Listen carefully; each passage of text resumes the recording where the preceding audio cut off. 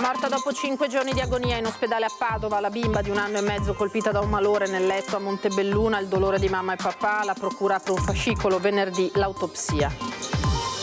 Tenta di recuperare un guanto caduto e precipita per 20 metri, 50enne escursionista padovano in ferrata, gravissimo il dramma sul Col dei Boss a Lampezzano. Devastante rogo nella notte a Voltago a Gordino, le fiamme divampano in un fienile e raggiungono 3 abitazioni, 28 residenti evacuati, il loro racconto, vigili del fuoco al lavoro per ore. Forse qualcuno dimentica che divisi si perde. Il coordinatore regionale di Fratelli d'Italia De Carlo sbotta dopo le uscite di questi giorni dei vertici del Carroccio sulle regionali e su chi merita la guida di Palazzo Balbi ribadisce, parlano le cifre.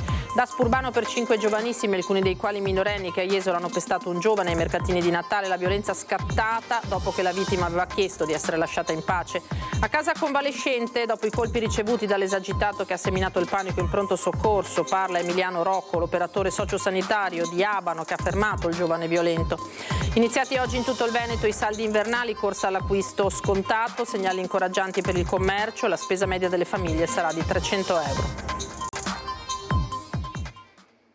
Buonasera, ben ritrovati, eccoci in diretta con l'edizione del Veneto dei nostri telegiornali. Partiamo dalla cronaca perché non ce l'ha fatta la bambina di poco più di 1 anno e mezzo di Montebelluna, trovata lunedì mattina dai genitori in arresto cardiaco nel lettino. La piccola aveva solo un raffreddore, ha spiegato il padre, poi la tragedia. Ieri dalle 7 alle 6-7 loro hanno detto che lei non vive. Le speranze si sono spente nel tardo pomeriggio, infine durante la notte sono state staccate le macchine. È morta all'ospedale di Padova la piccola Lavenda Aituaye Odiode, la bambina di 1 anno e 7 mesi di Montebelluna trovata lunedì mattina dalla mamma in arresto cardiaco nel lettino in seguito a una probabile apnea notturna.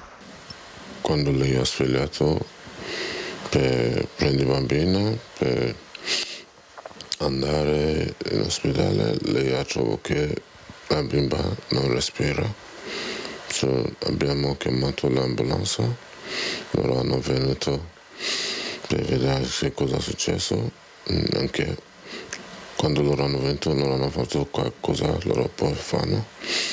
Prima andiamo in Padova con l'elicottero. Le condizioni della bambina erano da subito state giudicate disperate. Per i genitori, la piccola, nata prematura, non aveva dato segno prima di quella drammatica mattina di star male, a parte un raffreddore. Pediatra, ma mi ha detto che lei non ha qualcosa solo il raffreddore.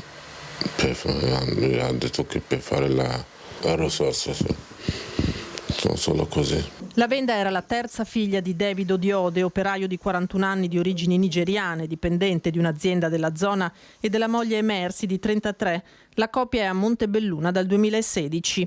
I 2 fratellini maggiori hanno 5 e 3 anni. La morte della piccola ha sconvolto i vicini di casa di via Trevignano. È proprio un grandissimo dispiacere, noi siamo proprio sconvolti perché questa cosa qua, vedere sti bambini piccolini che erano qui così e sapere che sta bambina non c'è più, siamo proprio distrutti. Abbiamo sperato per giorni nel miracolo, purtroppo non è stato così, quindi non ci resta che abbracciare con tutta la nostra benevolenza la famiglia, sono cose veramente spezzano il cuore. Così il sindaco Bordin. Il vice sindaco di Montebelluna Claudio Borgia ha fatto visita ai genitori. La famiglia è seguita e sostenuta dai servizi sociali comunali per l'accudimento dei bambini. Papa David ha fatto sapere di voler celebrare i funerali e seppellire qui Lavenda.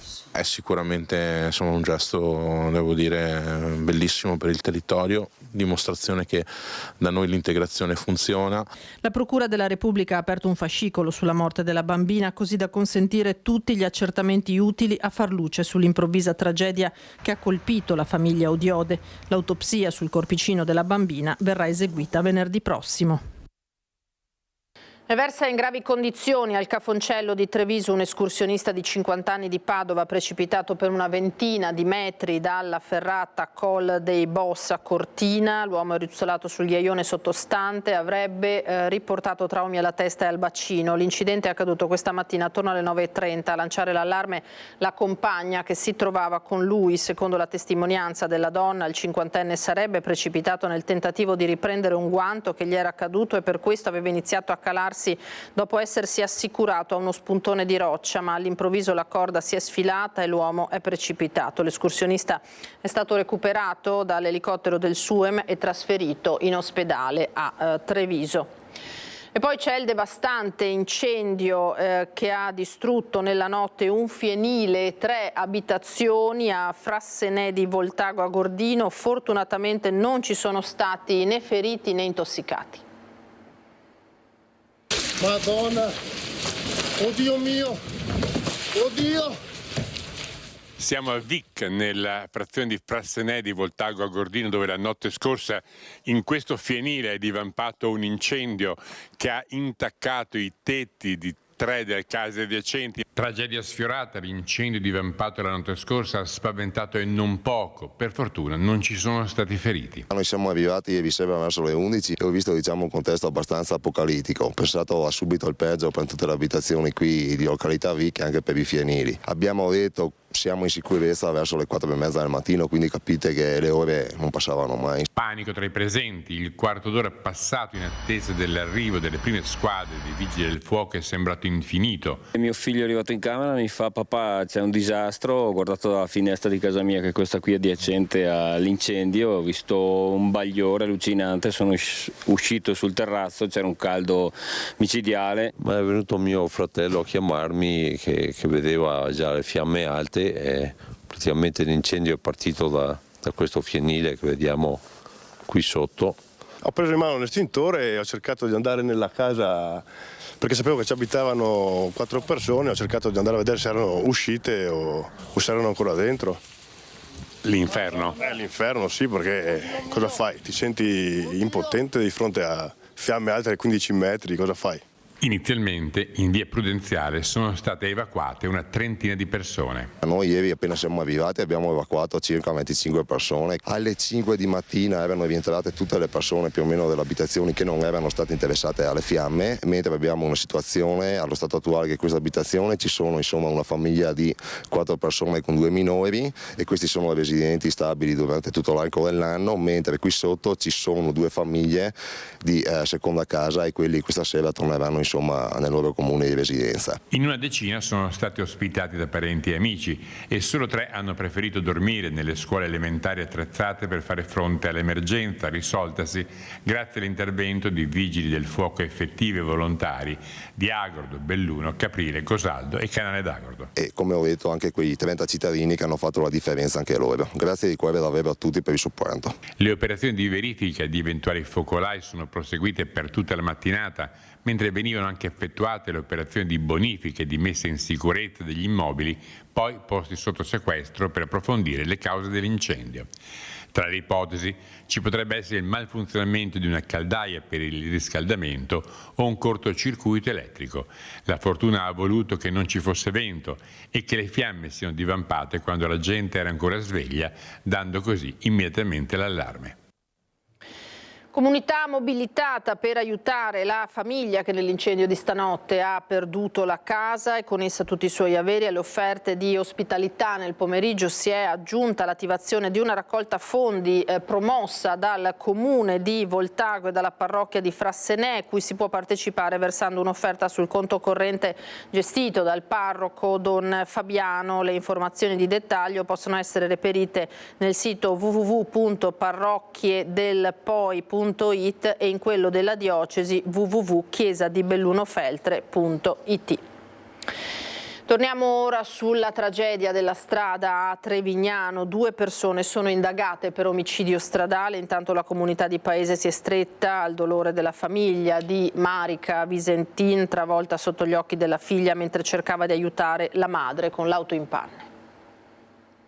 Una rosa davanti al cancello dell'abitazione di Marica Visentin, la cinquantenne travolta da un furgone all'incrocio tra via Madonnette e via Roma a Trevignano. È il giorno del dolore a Paese. Un amico d'infanzia si avvicina alla casa, trattiene a stento le lacrime. Mi dispiace sia per la mamma, soprattutto anche per la bambina. Quando me l'hanno detto non mi immaginavo che... Speravo che la bambina non fosse lì presente, non che cambiassi chissà cosa, però... Conosceva da tanto tempo Marica? Diciamo che abbiamo fatto le scuole, l'asilo, le elementari assieme. Una donna solare, sorridente, che aveva affrontato la vita con coraggio, crescendo la sua bimba. Un destino, ci dice, crudele. Fatalità, destino, non si sa neanche come chiamarlo. Poche parole, solo tanta disperazione. Per questa tragedia sono indagate 2 persone. Si tratta dell'autista del Ducato, un 29enne che non avrebbe rispettato il dare precedenza, e l'automobilista dell'Opel che ha colpito il van, una donna ucraina di 37 anni del Montebellunese. Entrambi, denunciati in stato di libertà, dovranno rispondere di omicidio stradale. Una dinamica complessa che ora al vaglio dei carabinieri. Secondo quanto ricostruito da militari dell'Arma, il furgone che arrivava da via Madonnette avrebbe tentato di attraversare l'incrocio. Quando si trovava al centro della strada sarebbe stato urtato violentemente dalla macchina che proveniva da via Roma. Un tratto dritto che consentiva di avere una buona visuale. Molto probabilmente la procura disporrà una perizia cinematica per cercare di chiarire l'esatta dinamica di questo incidente. Si dovrà inoltre stabilire la velocità dei 2 mezzi, il furgone e la Opel, e accertare se i 2 conducenti fossero o meno distratti da qualcosa. Uno schianto tremendo che ha fatto perdere il controllo al 29enne che dopo un testa-coda è andato a schiantarsi contro le 2 auto parcheggiate sulla laterale via Madonnette, travolgendo Marica Visentin. La donna quella mattina era arrivata in soccorso della madre 85enne che aveva la macchina in panne ed entrambe stavano attendendo il carro attrezzi. Con loro anche la piccola di 10 anni, figlia della vittima, trasportata in ospedale sotto shock assieme alla nonna. Marica, che lavorava per un'impresa di pulizie, aveva cresciuto la sua piccola da sola, circondata dall'amore dei suoi familiari. Ora la preoccupazione maggiore è proprio per lei, rimasta orfana, che ha visto la mamma travolta finire sotto il furgone. E questa mattina attorno alle 11:30 un uomo è stato colto da malore mentre imboccava al volante lo svincolo d'uscita Castellana Est sulla tangenziale di Mestre in direzione Trieste. Prima di perdere i sensi l'uomo è riuscito a fermare l'auto ed è stato subito soccorso da 2 automobilisti che lo hanno estratto dalla macchina, adagiato a terra, praticandogli alcune manovre salvavita in attesa del personale del 118. Il centro operativo di Cava ha allertato i soccorsi e chiuso lo svincolo. Il personale sanitario ha quindi trasferito l'automobilista all'ospedale dell'Angelo. Lo svincolo è stato riaperto dopo circa 15 minuti e non si sono verificate code. Andiamo alla politica adesso, alle elezioni regionali, le continue uscite della Lega che vuole correre con un proprio candidato a costo di rompere il fronte del centrodestra innervosiscono gli alleati di Fratelli d'Italia. Basta personalismi, ammonisce il coordinatore regionale De Carlo. La Lega non è il solo partito ad avere uomini adatti a quel ruolo. Tutte le forze politiche del Veneto hanno classe dirigente in grado di governare questa regione. Basta con la favoletta del ce l'ha solo una parte politica. Ce l'abbiamo tutti, ce l'abbiamo anche noi e quindi non abbiamo paura di confrontarci. A maggior ragione visti i numeri raccolti nelle ultime consultazioni elettorali. Luca De Carlo, coordinatore regionale di Fratelli d'Italia, richiama all'ordine gli alleati leghisti dopo le uscite degli ultimi 2 giorni, prima di Mario Conte, disponibile a scendere in campo come presidente della regione se il partito glielo chiederà, poi del segretario veneto Alberto Stefani che insiste, pronti a correre da soli se non si convergerà su un nostro candidato. Da un lato i litigi continui tra Lega e Forza Italia, e da un lato queste continue buttate su chi farà il presidente. Non vorrei che questo non aiutasse poi la compattezza del centrodestra, che è condizio sine qua non con la quale si batte la sinistra. Qualcuno forse si è dimenticato che quando andiamo divisi perdiamo, e quindi se qualcuno vuole perdere credo che questa sia un'ottima strategia. Le amministrative a Vicenza e a Verona siano da lezione, ammonisce il coordinatore dei meloniani. Se continuiamo ciascuno a perorare le proprie cause anche personali rispetto al tema e a litigare tra alleati, credo che diventi difficile. Fratelli d'Italia non ci sta. E continuerà a lavorare per la compattezza del centrodestra, prosegue De Carlo, di cui Fratelli d'Italia si sente evidentemente leader visti i numeri e non ha nessuna intenzione di fare da outsider. Oltre un Veneto su 3 sceglie Fratelli d'Italia. Credo che questo sia un tema sul quale i veneti si sono già espressi e che non può non essere tenuto a buon conto. Torniamo alla cronaca adesso a Jesolo con la raffica di Daspo Willy e fogli di via per complessivi 12 anni contro la baby gang che la notte di Capodanno aveva aggredito e preso a pugni un coetaneo. 3 fogli di via obbligatori per la durata complessiva di 6 anni dal comune di Jesolo e 2 Daspo Willy per la stessa durata, cioè 6 anni, emessi a carico dei minori presenti. E quanto deciso dal questore di Venezia, Gaetano Bonaccorso, nei confronti dei 5 teppisti della baby gang che la notte di Capodanno a Jesolo ha aggredito brutalmente un coetaneo dopo averlo prima immobilizzato e poi preso a pugni in faccia soltanto perché il ragazzino chiedeva di essere lasciato in pace.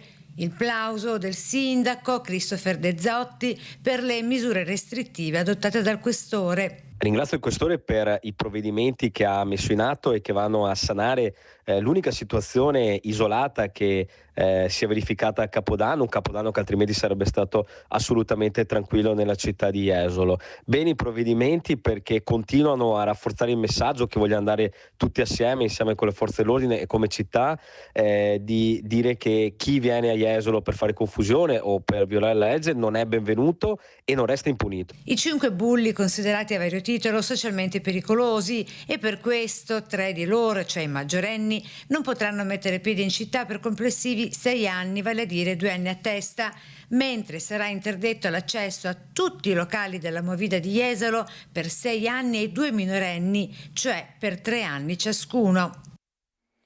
A casa convalescente dopo i colpi ricevuti dall'esagitato che ha seminato il panico in pronto soccorso, parla Emiliano Rocco, l'operatore socio-sanitario dell'ospedale di Abano Terme, che ha fermato il giovane violento che stava prendendo a pugni un vigilantes.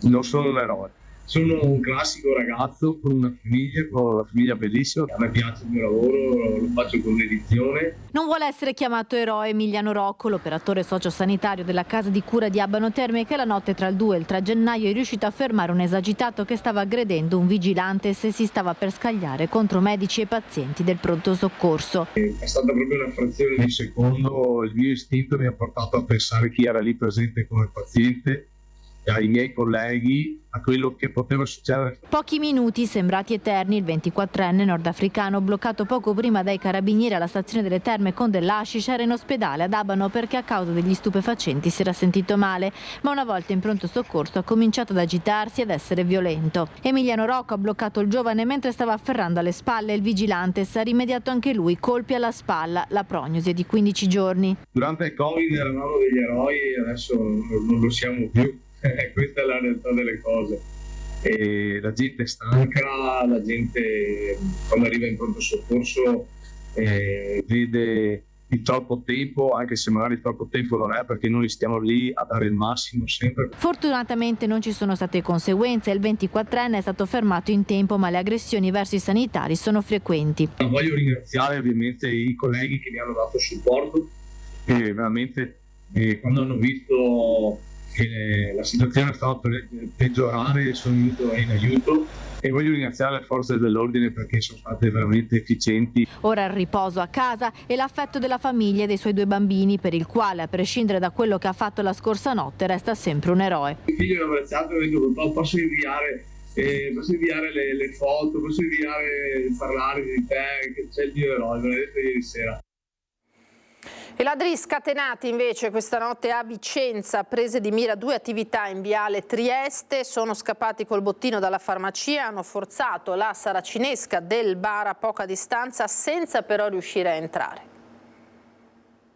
Un pessimo inizio d'anno direi, abbiamo trovato la serranda divelta e i ladri erano entrati stanotte, c'era arrivato il messaggio e i carabinieri erano qui in 5 minuti, però sono riusciti comunque a entrare e a sottrarre del denaro contante che era nelle casse, hanno portato via anche un cassetto intero e fatto danni ingenti al serramento. Bottino del fondo cassa, ancora da quantificare, danni ai serramenti che già oggi si rimettono a posto, filmati delle telecamere al vaglio delle forze dell'ordine, ma i ladri hanno tentato il colpo anche in un bar tabacchi a poche centinaia di metri, sempre in viale Trieste. Bersaglio stanotte dei malintenzionati che hanno forzato la serranda a mano senza però riuscire ad entrare. Stamattina ho avuto la sorpresa che sono arrivato per le 6:10, mi sono trovato la serranda di vetta.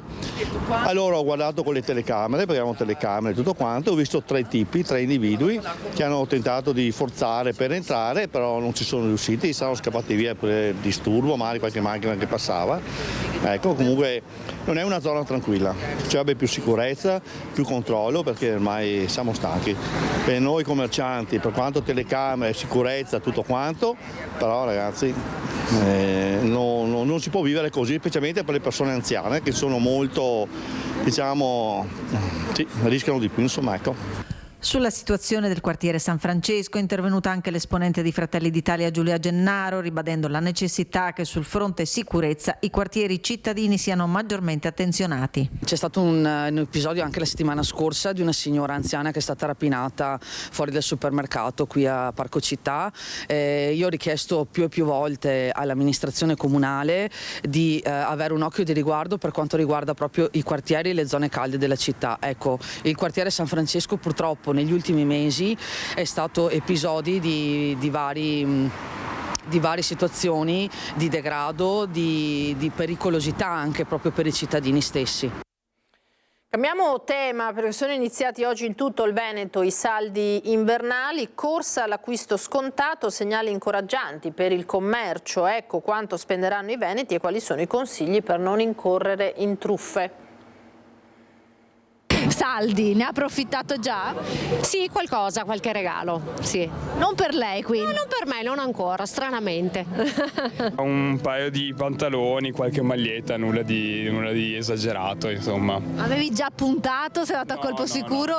Ah, ho cercato a caso. C'è chi punta diretto al capo di abbigliamento notato qualche settimana prima, chi invece gironzola e coglie occasioni anche inaspettate. La corsa ai saldi è iniziata all'insegna del Sole dei centri città affollati da chi vuole fare acquisti a prezzi scontati. A Padova e Listone, la centralissima via Roma, sono state prese d'assalto con negozi brulicanti di gente. Avete approfittato dei saldi? Non ancora, siamo appena arrivate in realtà. Ma avete già qualche idea su che cosa cercare? No, cose per la casa. E avete già acquistato? Abbiamo acquistato, sì. Cosa avete comprato? Ho acquistato 2 paia di calzature e poi dei prodotti per estetici per mia moglie. Quelli non erano in saldo. Avete approfittato dei saldi? Abbiamo approfittato, sì. Per tutta la famiglia. Cosa avete trovato?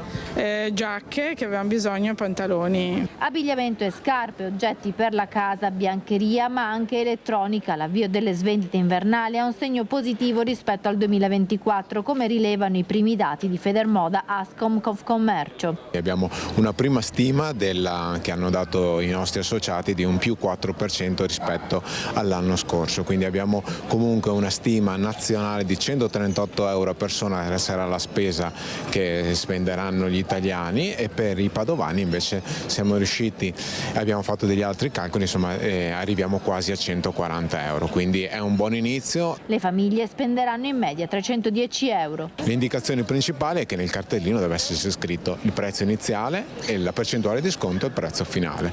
Poi abbiamo diritto, ovviamente il consumatore ha il diritto del reso sui cappi fallati. In Veneto c'è un fronte bipartisan invece per l'approvazione di un provvedimento che consenta la tumulazione degli animali domestici accanto ai padroni, come già avviene in altre regioni. Sul tema sono state presentate 2 proposte di legge, ma tutto è fermo da 1 anno e mezzo ed è polemica.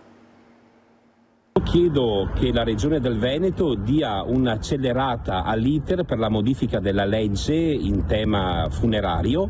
A firma di Rizzotto e Dolfin, agosto del 2023 è stata presentata una modifica di legge e quindi dare la possibilità ai proprietari di animali di poter essere sepolti insieme agli animali d'affezione. Da Chioggia parte un appello al Consiglio regionale del Veneto per l'approvazione di una legge che consenta la tumulazione degli animali domestici accanto ai loro proprietari. Provvedimenti in tal senso sono già stati approvati dai Consigli regionali di Liguria, Lombardia e Abruzzo. Credo vada ricordato che il sottoscritto, insieme al mio gruppo, già nell'estate del 2023 abbiamo presentato un progetto di legge in materia di cimiteri e tumulazione per animali d'affezione. E lo stesso partito del sindaco di Chioggia, Mauro Armelao, ovvero la Lega, insieme alla maggioranza di destra, tengono la mia legge ferma in regione e non la portano avanti, nonostante va ricordato che abbia trovato l'approvazione ad unanimità della CAL, la Conferenza per le Autonomie Locali. Questa legge è ancora ferma lì. Dunque le proposte sono addirittura 2 e sono anche state presentate lo stesso giorno, il 28 agosto 2023, un anno e mezzo fa. Su chi sia arrivato prima la disputa è aperta. Quella dei 4 consiglieri di maggioranza chiede sostanzialmente la modifica di un articolo della legge regionale in materia funeraria. Quella del Partito Democratico invece propone una nuova norma in 4 articoli sul caso specifico. Dal Comune di Chioggia chiedo a gran voce che prosegua l'iter legislativo in Regione del Veneto, che venga convocata la 5ª commissione in modo da dare la possibilità ai cittadini che ne vorranno, ovviamente, che ne avranno la volontà, di poter mettere nell'oculo anche il proprio animaletto d'affezione una volta morto. Al di là delle appartenenze partitiche, appare chiara l'esistenza di un fronte trasversale. Se resistenze ci saranno, secondo Montanariello, saranno dentro la Lega e Fratelli d'Italia. Quando organizzeremo sotto il Consiglio regionale un picchetto con i cartelloni e gli striscioni per chiedere affinché questa legge venga approvata, che lui sarà lì con noi con gli striscioni in mano e con i fischietti in bocca. A Marostica invece una raccolta fondi per il restauro del leone di San Marco. Il leone alato di San Marco, messaggero di pace che campeggia in piazza degli Scacchi di Marostica, è malato. Necessita di un lavoro di restauro, pulizia delle parti in pietra e metallo e riparazione delle crepe che si sono formate sia sul corpo della fiera, simbolo della Repubblica Serenissima, che sulla colonna che la supporta. Dopo le grandi piogge di maggio, durante un sopralluogo per altri interventi da programmare, ci siamo accorti un po' della situazione che ha il nostro leone e naturalmente ci siamo subito attivati e abbiamo interessato anche la sovrintendenza che è venuta in sopralluogo e nella scorsa estate abbiamo un po' concordato l'intervento. Una spesa previsionale che si aggira sui 25.000 euro, ma è proprio qui che scatta il coinvolgimento dell'intera comunità con una raccolta fondi. Ci sono 2 aspetti, uno è quello dei Lions che sono stati interpellati e subito si sono resi pronti a intervenire con una importante somma, e l'altro è l'apertura dell'Art Bonus, per cui tutti i cittadini che vorranno contribuire a questo recupero lo potranno fare naturalmente mettendosi in contatto con il comune oppure andando sul sito e vedendo quelle che sono le istruzioni da fare. Anche perché questo è un simbolo della storia della città. Assolutamente, questo è il nostro simbolo di Marostica, che testimonia la sua appartenenza e la sua devozione alla Repubblica di Venezia, che è sempre rimasta nel tempo. Oltretutto è anche uno dei pochi monumenti che sono rimasti interi dopo le distruzioni che sono avvenute dopo la caduta della Repubblica Veneziana e l'arrivo dei francesi. I lavori dovrebbero iniziare a marzo, non appena le temperature saranno più miti, e l'amministrazione ha già in mente anche la data in cui il leone restaurato potrebbe essere restituito alla città. Il nostro sogno è quello di poterlo inaugurare il 25 aprile, nel giorno di San Marco, subito dopo la cerimonia per il ricordo della liberazione del 25 aprile del 45, e poi fare questa inaugurazione. Era l'ultimo servizio per questa edizione, grazie per essere stati con noi. Tra poco le previsioni del tempo. Una buona serata, arrivederci.